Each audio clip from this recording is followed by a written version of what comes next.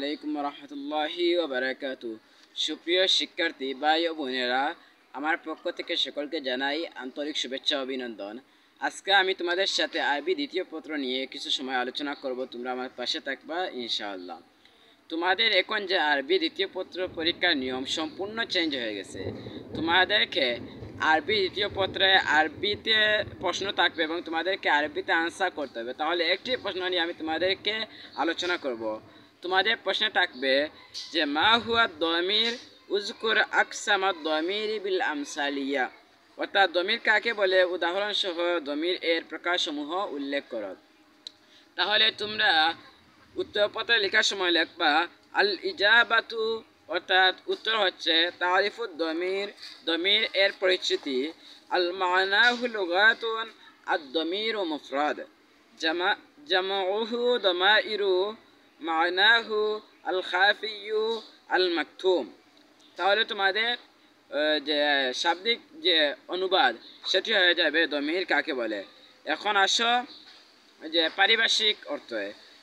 التعريف اصطلاحا ذكر في قواعد اللغة العربية هو اسم مضيع ليدل على متكلم أو مخاطب أو غائب نقدم ذكره বলে। আরেকটি হচ্ছে قال صاحب الكافية وما أضيع لمتكلم أو مخاطب أو غائب أو نتقدم ذكره لفظا أو معناه أو حكما। তাহলে তোমাদের এই যে দমির কাকে বলে তার আনসার হয়ে গেল। এখন দমির কত প্রকার সে নিয়ে আমরা আলোচনা করব। আকসামুদ দমির ইয়ানকাসিমুদ দমিরু ইলা কিসমাইনি ওয়া হুমা, অর্থাৎ দমির হচ্ছে দুই প্রকার। প্রথম প্রকার আদ দমিরুল মুত্তাসিল, দ্বিতীয় প্রকার হচ্ছে আদ দমিরুল মুনফাসিল। তাহলে তোমরা এইভাবে তোমাদের উত্তরপত্র লিখবে। এখন তোমাদেরকে আমি বাংলায় অনুবাদ করে বুঝিয়ে দিচ্ছি। দমির শব্দটি হচ্ছে এক বচন। দমির শব্দটি কি? এক বচন। বহু বচনে দমাইরু অর্থ হচ্ছে গোপনীয়।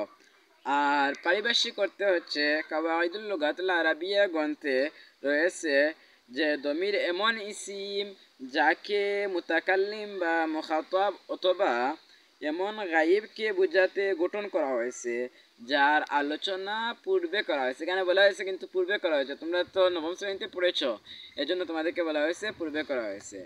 আর কাফিয়ার গ্রন্থকার বলেছেন যে দমির ওই ইসিমকে বলে যাকে উত্তম পুরুষ, মধ্যম পুরুষ বা নাম পুরুষকে বোঝানোর জন্য গঠন করা হয়েছে, যার আলোচনা পূর্বে শব্দগত, অর্থগত কিংবা বিধানগত উল্লেখ করা হয়েছে। তাহলে তোমরা বুঝতে পারলে দমির কাকে বলে, দমির কত প্রকার, তোমাদেরকে উত্তর পড়তে কীভাবে লিখতে হবে। তাহলে তোমরা অবশ্যই আমার পেজটি ফলো করে লাইক কমেন্ট করে আমার সাথে থাকবা এবং আমার ইউটিউব চ্যানেল আছে সেটিও সাবস্ক্রাইব করে আমার সাথে থাকবা।